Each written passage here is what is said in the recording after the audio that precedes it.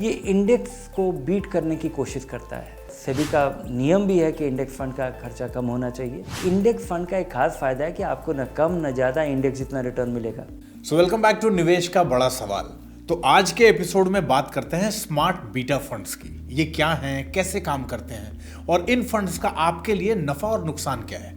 तो आज इन फंड्स के बारे में सब कुछ जानते हैं और समझते हैं एकदम आसान बोलचाल की भाषा में धीरेन्द्र सर से।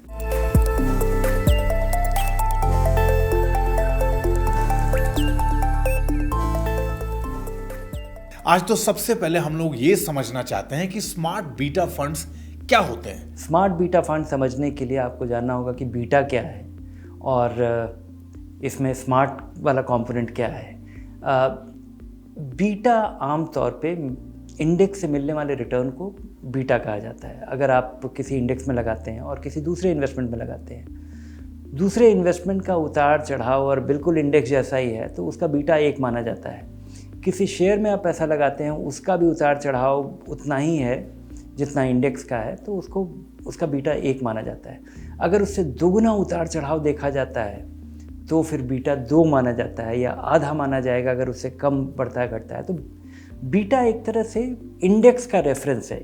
और स्मार्ट बीटा फंड का ऑब्जेक्टिव ये है कि कोई ऐसा फॉर्मूला लगा के, कोई ऐसा रूल बना के, कोई ऐसा स्ट्रैटेजी बना करके, मेथोडिकल तरीके से, डिसिप्लिन तरीके से उसको इम्प्लीमेंट करके, जहाँ पे कोई फंड मैनेजर, ये एक तरह का इंडेक्स फंड है जिसमें कोई और एडेड डायमेंशन की वजह से, कोई एडेड रूल की वजह से ये इंडेक्स को बीट करने की कोशिश करता है या उम्मीद की जाती है कि ये इंडेक्स को बीट कर पाएगा। अभी कहना थोड़ा प्रीमैच्योर होगा, अभी ये बहुत सारे फंड पुराने नहीं हुए हैं।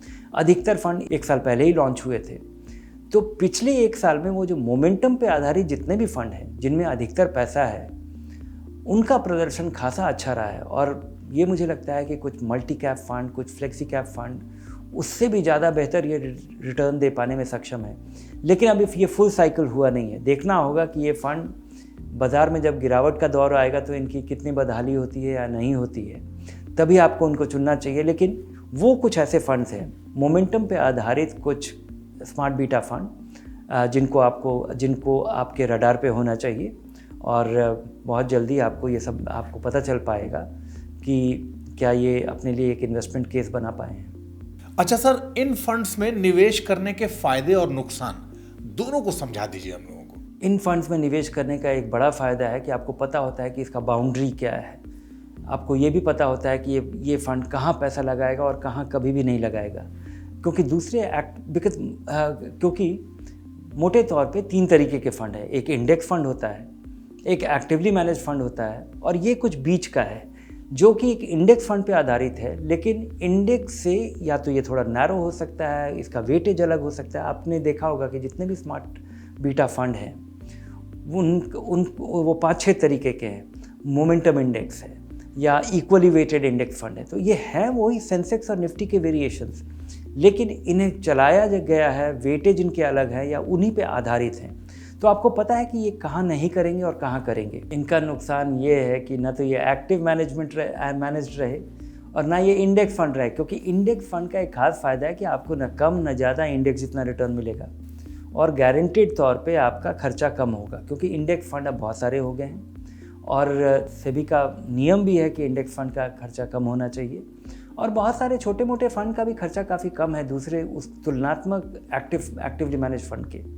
दूसरा कि आप यहाँ पे न तो आप एक्टिव रहे ना आप इंडेक्स रहे, का बीच वाले रहे। और हो सकता है कि कभी ऐसा समय आए जिस समय कि ये स्मार्ट बीटा फंड इंडेक्स को बीट ना कर पाए। अच्छा सर, किन लोगों को इन स्मार्ट बीटा फंड्स में निवेश करना चाहिए? स्मार्ट बीटा फंड को बिल्कुल ही आम नज़रिए से देखना चाहिए कि ये एक इक्विटी फंड है और क्या ये आपको पसंद आ रहा है और अपने कैरेक्टर्स की वजह से, अपने चाल के वजह से आपको ये पसंद आ रहा है।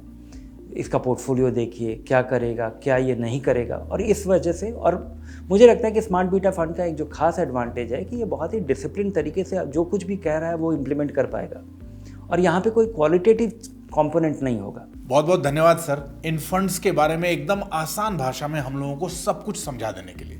और देखिए, हम हमेशा आप लोगों से यही कहते हैं कि अपने निवेश को लेके, अपनी इन्वेस्टमेंट प्लानिंग को लेके कोई भी सवाल मन में हो, छोटा या बड़ा, तो धनक वैल्यू रिसर्च से आज और अभी पूछ लीजिए। बस करना क्या है, कमेंट बॉक्स में अपना सवाल लिख के हमें भेज देना है और अपने प्रश्नों के उत्तर के लिए धनक को आज और अभी सब्सक्राइब कर लेना है।